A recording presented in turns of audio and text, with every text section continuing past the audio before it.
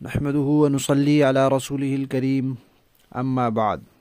ترجمے والے قرآن پاک کا صفحہ نمبر 993، 27واں پارہ، سورہ رحمان، دوسرا رکوع، آیت نمبر 35 تا 45۔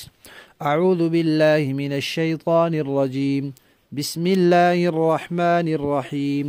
يرسل عليكما شواظ من نار ونحاس فلا تنتصران فبأي آلاء ربكما تكذبان فإذا انشقت السماء فكانت وردة كالدهان فبأي آلاء ربكما تكذبان فيومئذ لا يسأل عن ذنبه إنس ولا جان فبأي آلاء ربكما تكذبان يعرف المجرمون بسيماهم فيؤخذ بالنواصي والأقدام فبأي آلاء ربكما تكذبان هذه جهنم التي يكذب بها المجرمون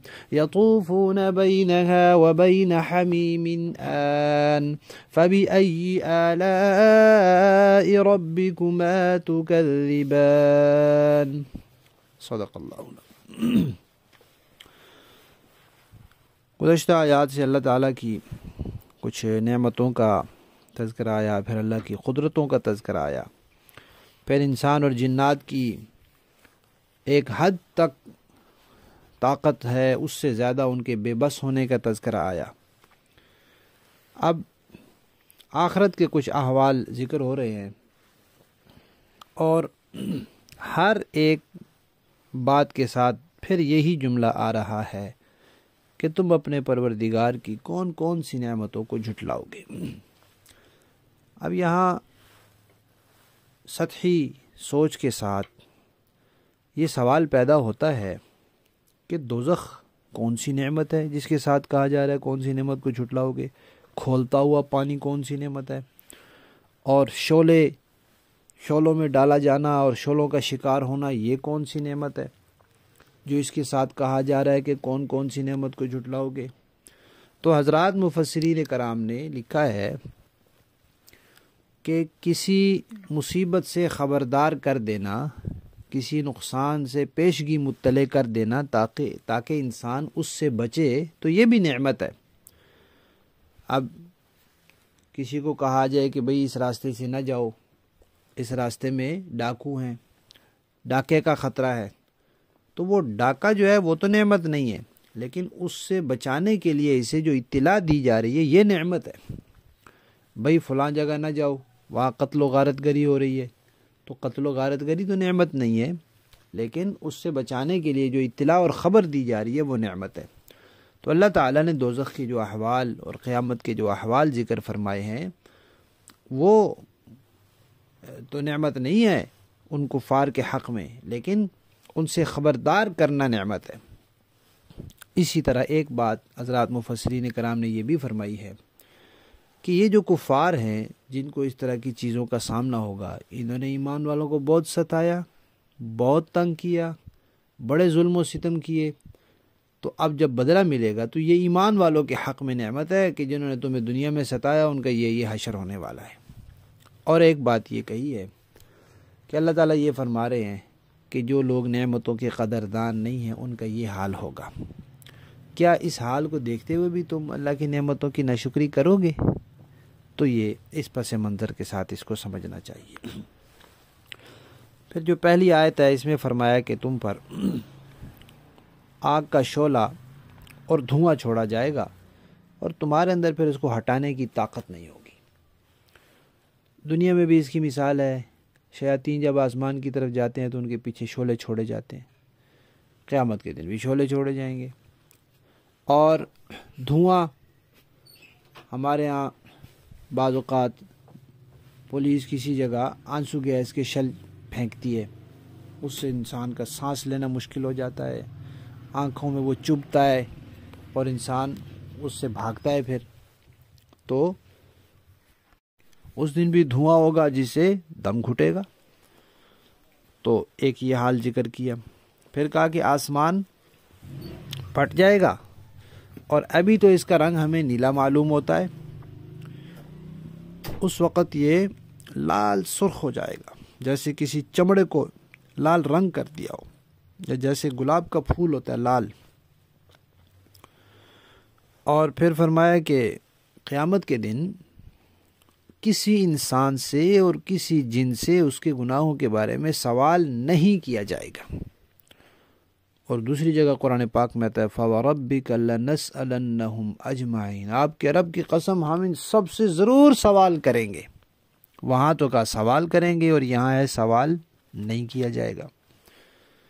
تو حضرات مفسرین کرام نے لکھا ہے کہ سوال ہوتا ہے دو طرح کا۔ ایک سوال ہوتا ہے تفتیش کے لیے، تحقیق کے لیے، جاننے کے لیے کہ مسئلہ کیا ہوا، تو پوچھا جاتا ہے ہاں بھئی تم نے یہ کیا ہے یا نہیں کیا۔ تو انسانوں کو تو تحقیق کی ضرورت پیش آتی ہے، وہ پوچھتے، لیکن اللہ تعالیٰ کو کسی تحقیق کی ضرورت نہیں ہے۔ اس لیے جاننے کے لیے اور تحقیق کے لیے اللہ تعالیٰ کسی سے نہیں پوچھیں گے کہ یہ کام تم نے کیا ہے یا نہیں کیا۔ اللہ کو معلوم ہے کہ کیا ہے، تو پوچھنے کی کیا ضرورت ہے، اس کے ثبوت موجود ہے۔ اللہ کے علم سب سے بڑی بات ہے۔ پھر اللہ نے نامہ اعمال بھی تیار کرایا ہوا ہے، ہر چیز گواہ بھی ہے، اپنے اعضاء گواہ ہیں، زمین گواہ ہے، فرشتے گواہ ہیں۔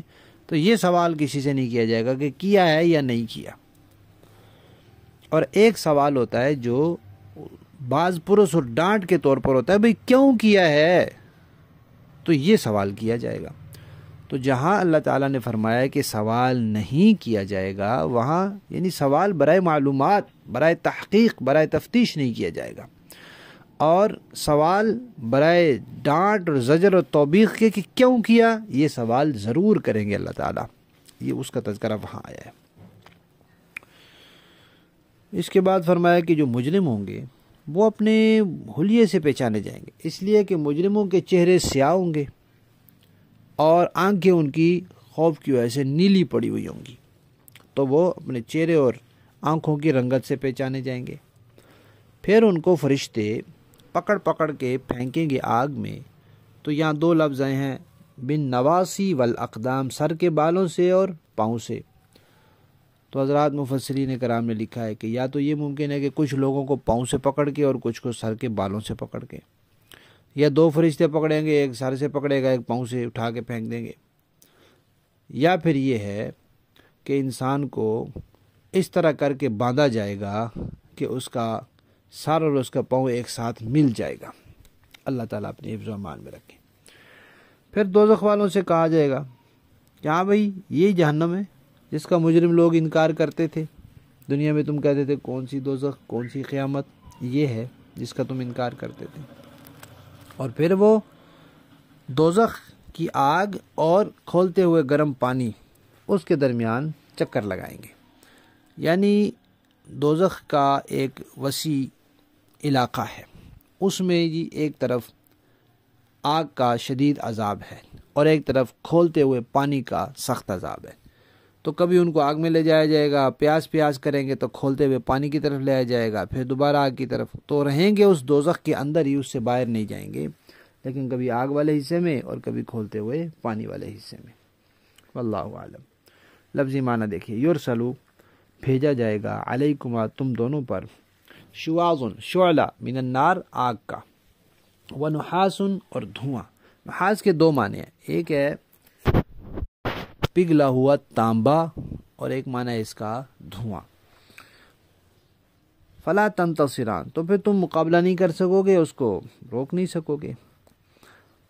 فبأي آلاء ربكما تكذبان، فإذا پھر جب، انشقت پھٹ جائے گا، السماء آسمان، فکانت ہو جائے گا، وردتن سرخ، کدھان جیسے رنگا ہوا چمڑا ہوتا ہے، خون کی طرح سرخ ہو جائے گا۔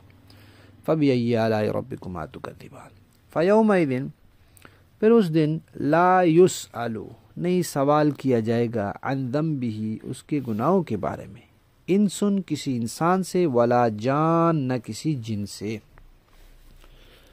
فبأي آلاء ربكما تكذبان، یعرف پہچانے جائیں گے المجرمون مجرم لوگ بسیماہم اپنی پیشانی سے، اپنے حلیے سے، فیؤخذوا پھر وہ پکڑے جائیں گے، بالنواصی پیشانیوں سے، والاقدام اور قدموں سے، پاؤں سے، فبأی آلاء ربکما تکذبان ہذہ ان سے کہا جائے گا یہ ہے جہنم جہنم التی وہ یکذب جھٹلاتے تھے بہا جس کو المجرمون مجرم لوگ یطوفون چکر لگائیں گے بینہا اس دوزخ کے و بین حمیم اور کھولتے ہوئے اور پانی کے گرم پانی کے آن کھولتا ہوا کھولتے ہوئے گرم پانی اور دوزخ کے درمیان چکر لگائیں گے فبأی آلاء ربکما تکذبان با محاورہ دیکھیں جی یرسل علیکما شواظ من نار ونحاس فلا تنتصران تم پر آگ کا شعلہ اور تانبے کے رنگ کا دھواں چھوڑا جائے گا پھر تم اپنا بچاؤ نہیں کر سکو گے فبأی آلاء ربکما تکذبان اب بتاؤ کہ تم دونوں اپنے پروردگار کی کون کون سی نعمتوں کو جھٹلاؤ گے فَإِذَا انشَقَّتِ السَّمَاءُ فَكَانَتْ وَرْدَةً كَالدِّهَانِ غرض وہ وقت آئے گا جب آسمان پھٹ پڑے گا اور لال چمڑے کی طرح سرخ گلاب بن جائے گا فَبِأَيِّ آلَاءِ رَبِّكُمَا تُكَذِّبَانِ اب بتاؤ کہ تم دونوں اپنے پروردگار کی کون کون سی نعمتوں کو جھٹلاؤ گے فَيَوْمَئِذٍ لَا يُسْأَلُ عَنْ ذَنبِهِ إِنسٌ وَلَا جَانٌ پھر اس دن نہ کسی انسان سے اس کے گناہ کے بارے میں پوچھا جائے گا اور نہ کسی جن سے فَبِأَيِّ آلَاءِ رَبِّكُمَا تُكَذِّبَانِ اب بتاؤ کہ تم دونوں اپنے پروردگار کی کون کون سی نعمتوں کو جھٹلاؤ گے یعرف المجرمون بسیماہم فیؤخذ بالنواصی والاقدام مجرم لوگوں کو ان کی علامتوں سے پہچان لیا جائے گا پھر انہیں سر کے بالوں اور پاؤں سے پکڑا جائے گا فَبِأَيِّ آلَاءِ رَبِّكُمَا تُكَذِّبَانِ اب بتاؤ کہ تم اپنے پروردگار کی کون کون سی نعمتوں کو جھٹلاؤ گے هذه جہنم التي يكذب بها المجرمون یطوفون بینہا وبین حمیم آن یہ ہے وہ جہنم جسے یہ مجرم لوگ جھٹلاتے تھے یہ اسی کے اور کھولتے ہوئے پانی کے درمیان چکر لگائیں گے فَبِأَيِّ آلَاءِ رَبِّكُمَا تُكَذِّبَانِ اب بتاؤ کہ تم دونوں اپنے پروردگار کی کون کون سی نعمتوں کو جھٹلاؤ گے صدق اللہ العظیم